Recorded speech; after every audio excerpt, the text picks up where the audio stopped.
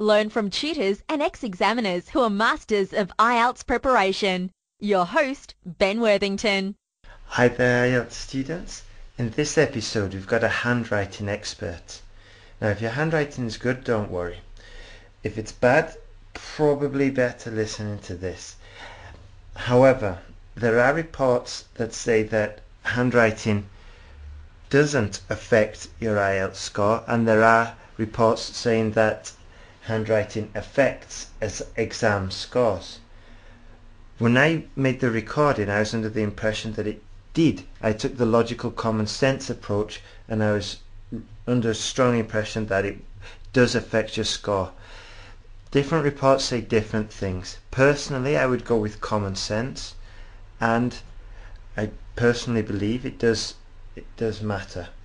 But it's up to you. I mean, at the end of the day, are you going to write a scruffy essay or a neat essay? You want to be writing a neat essay. That's my opinion.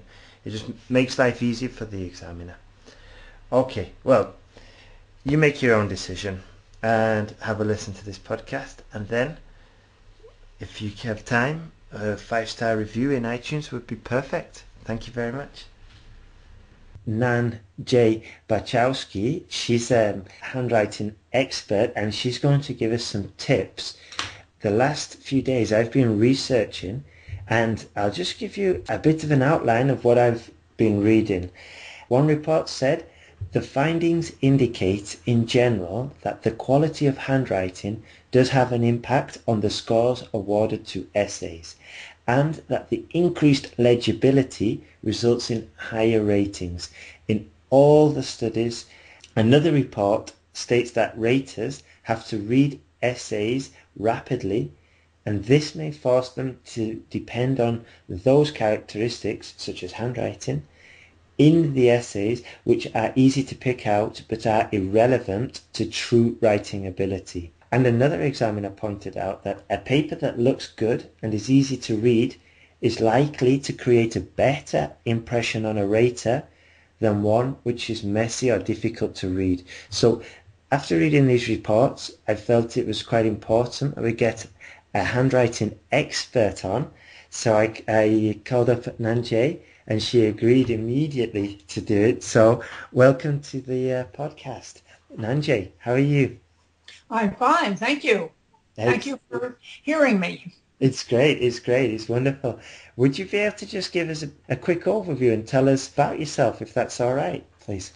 Well, I have been working with handwriting for almost 40 years, and I started out in an elementary school in Maryland. I was asked to do something about the handwriting program at the school, and I suggested italic.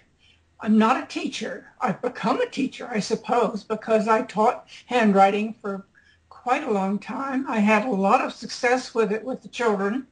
Mm-hmm. And so I moved on and decided to publish what I had found out, just observing the easiest way that the hand moves with pen in hand.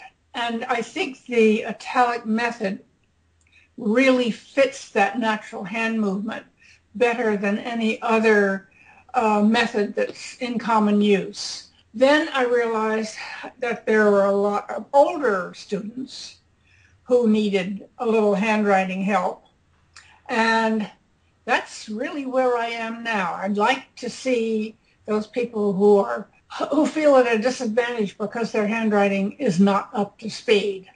That's interesting. So could I just ask you, how important is good, neat handwriting?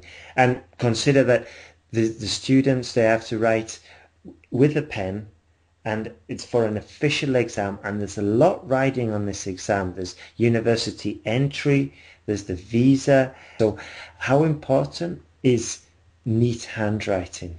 It has to be legible, and usually if it's legible, it's neat, and it has to be fast. So the writer needs to, I think the writer needs to prepare himself or herself for writing with automaticity. In other words, they have to be able to write a legible hand at the speed that they need to express the thoughts that are in their head, and they want to get down and they want to enter this university or... Well, we were saying before that they have to write about 400 words in 1 hour. They need to organize it, plan it, then write it. So you said before that, well, they have to write fast under pressure and they have to keep it legible. You said that automaticity. Now, could you just expand on that, please? Well, one learns letter forms first. Usually when one's first learning, they learn to write those letters very slowly.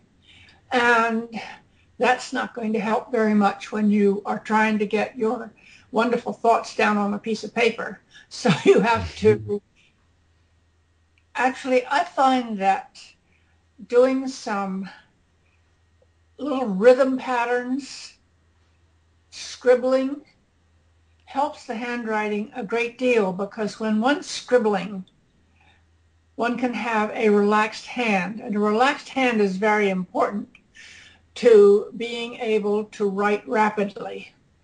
And with those people that I know about who have changed their handwriting, used my program for changing their handwriting, it looks as though they are quite successful in changing the letter forms.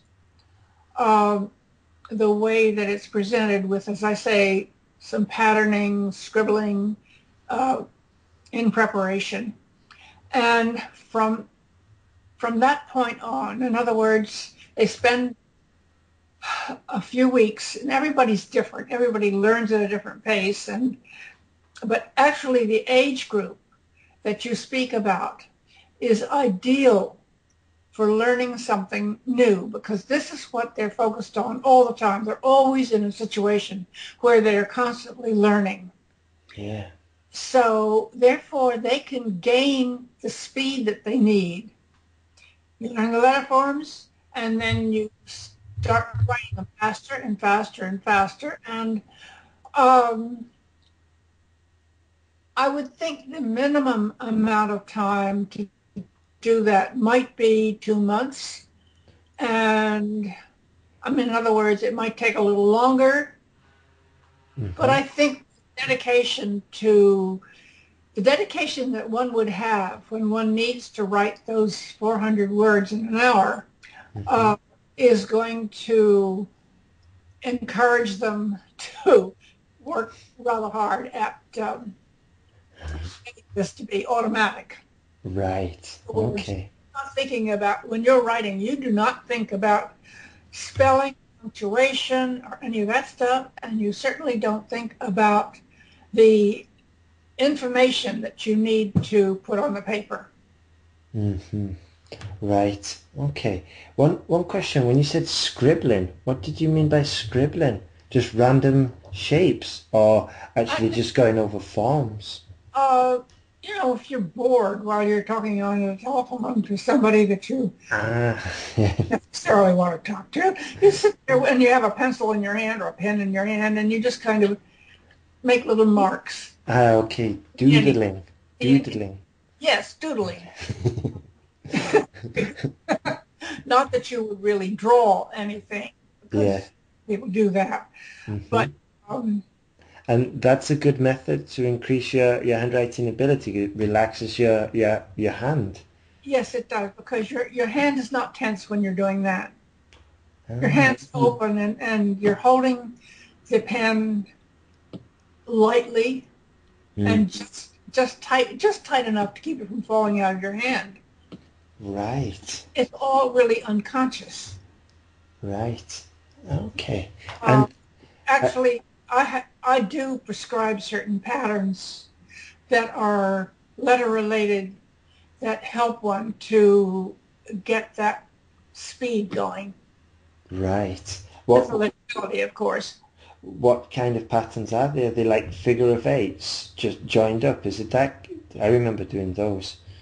Yes, although I think it's wise, maybe if you're relaxed enough, you can do figure eights and keep going without them distorting. But usually if I do a whole string of them, they distort very quickly. I need to lift my pen every once in a while and start a new figure 8.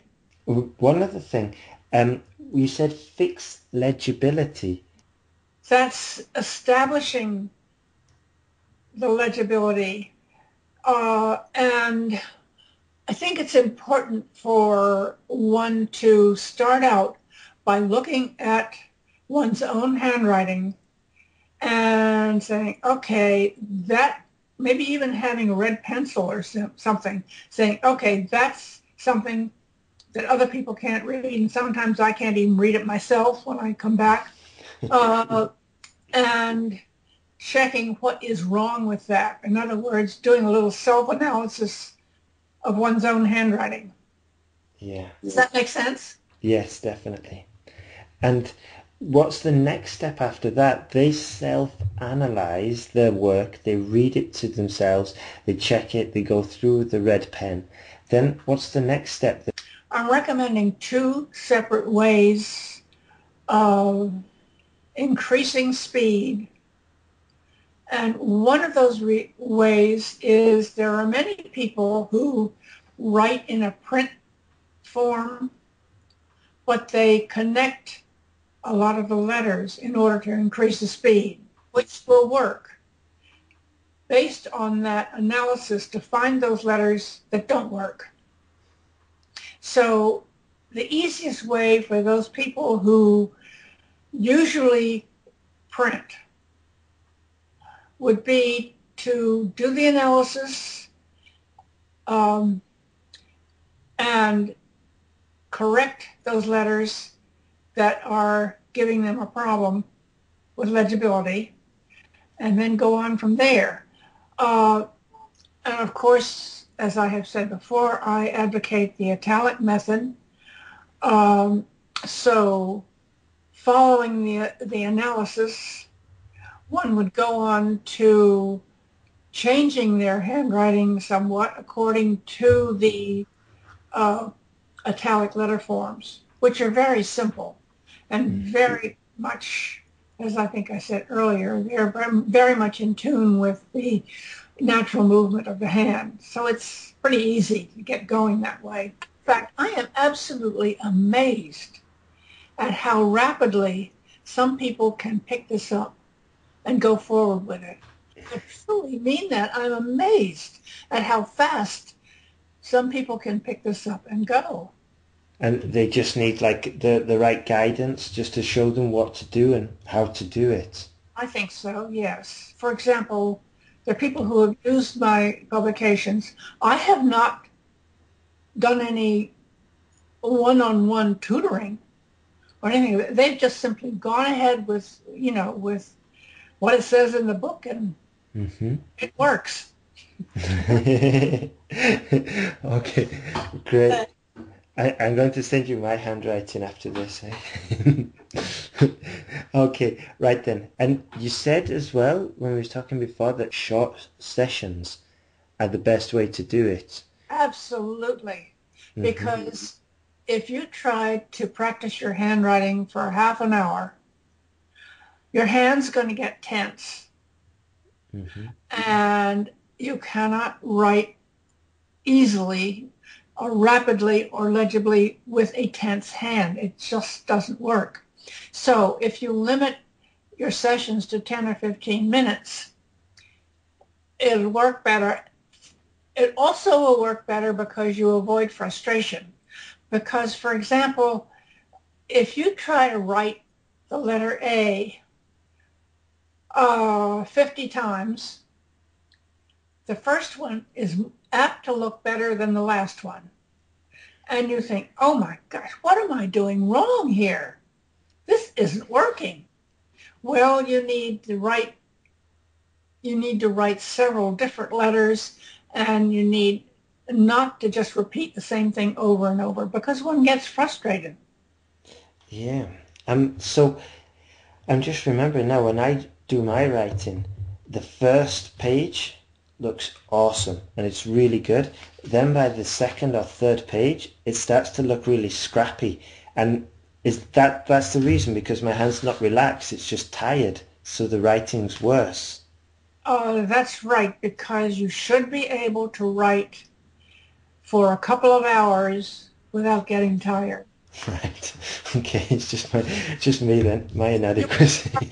I get tired of sitting still, but if you just practice for 10 minutes in a session hmm and repeat that maybe twice a day, and you go back, you're going to see a tremendous amount of improvement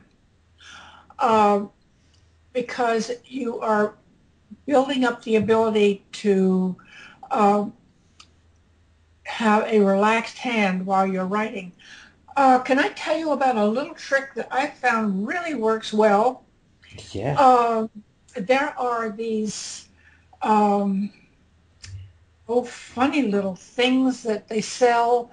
Uh, they're almost like the same thing as worry beads. Do you know what I'm talking about? Yeah. But it's something you hold in your hand and you just kind of squeeze it when you're anxious. hmm Well, if you get one of those, put it in the palm of your hand. Yeah. It keeps the palm of the hand open. And because you're holding it with your ring finger and your little finger, and hmm your thumb, your index, and your third finger are free to hold the pen.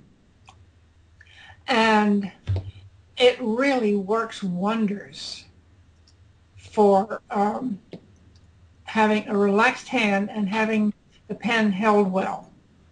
Ah, that's interesting. I'm going to try that. So could you even do it like with a pen top or anything? Just something that keeps Well, those two fingers pinned back. it needs to be something malleable, a couple of balls of cotton or something of that sort. Um, Yeah. One time I had some leftover yarn and I just wound that up for students into a little ball that would fit in the palm of the hand. Anything, but it ought to be soft. Right. Now, Okay. the top of a pen would be hard. Right. And what that does, it just keeps the palm open, so it keeps Yes, the hand more relaxed. Yeah. yes. Right. Okay, I'm going to try that. And would the type of pen have an influence as well? Oh, yes. Skinny ones, fat ones. I don't like ballpoints very much or bureaus, if they're known as that, because they tend to make your hand tense when you're writing. The way you hold it for the fluid to come out of the pen, it seems to need an upright position. Yeah. Uh, and that tends to cause the hand to be more tense. Um, but almost anything else that will make a mark and it feels comfortable in your hand is good. It doesn't matter whether it's a fountain pen or a gel pen there are all Yeah. kinds of markers.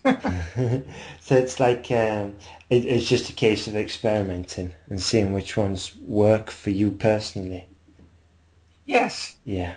All I right. have a favorite pen that I have owned for 50, 60 years, I guess. Wow.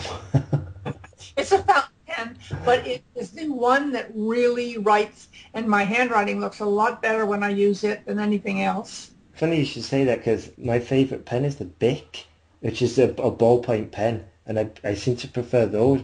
Okay, the next question: why do girls have better handwriting than guys? Well, I'm going to sound very sexist when I answer you because little girls are much more interested in their appearance and being fussy over their appearance, and their handwriting is part of all of that. Ah, Little boys could care less. They want to go out and muddy and play baseball or soccer. They don't have the time for it. And one more thing yeah, before we move on from that.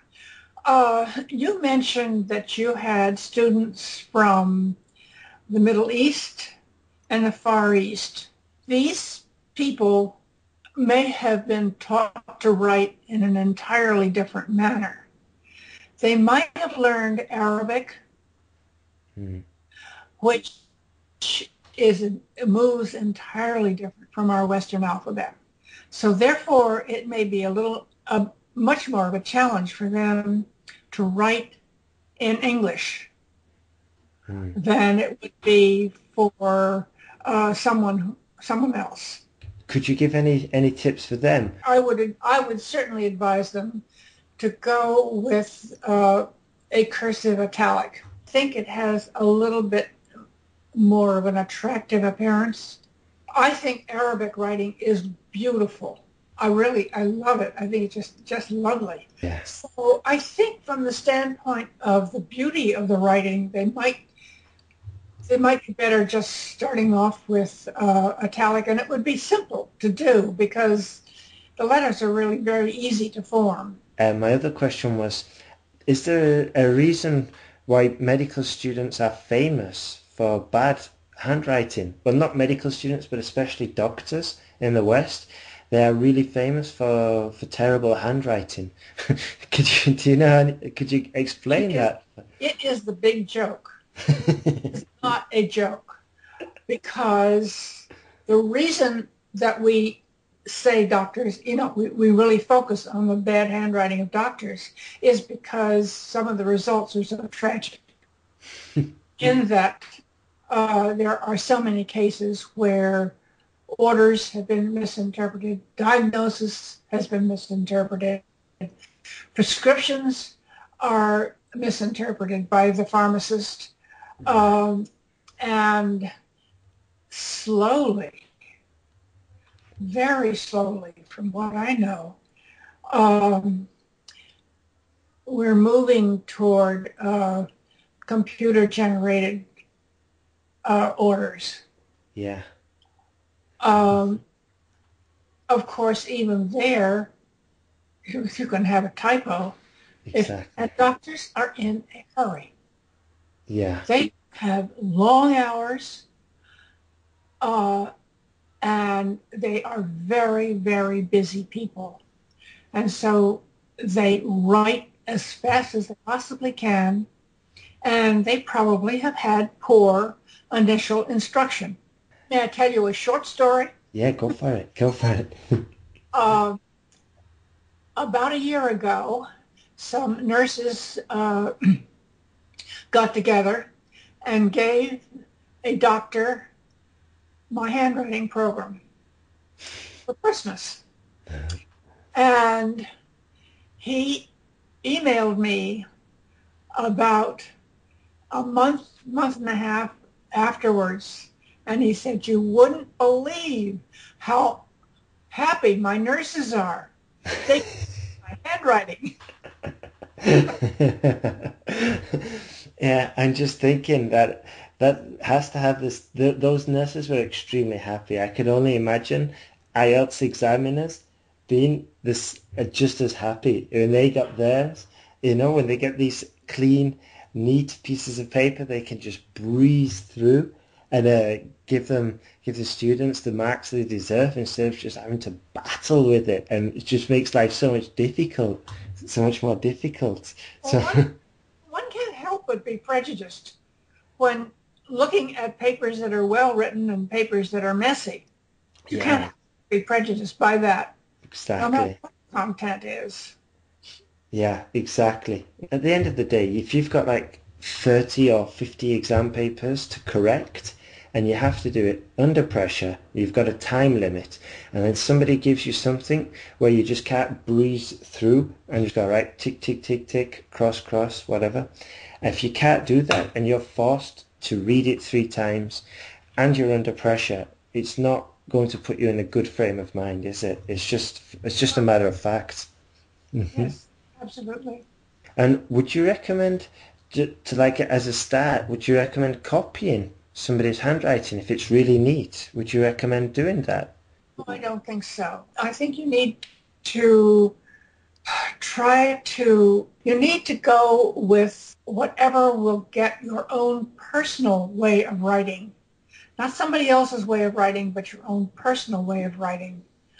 I don't advocate that if you were, for example, if you were following my book, you wouldn't be tracing. There are little sentences there, and you would be writing those sentences trying to follow the instructions that have been given prior to those sentences. You don't want to get distracted by trying to replicate. You want to develop your own as fast as possible. Right then, well, thank you very much for agreeing to do the interview. You've been a great help, man. I very much appreciate it.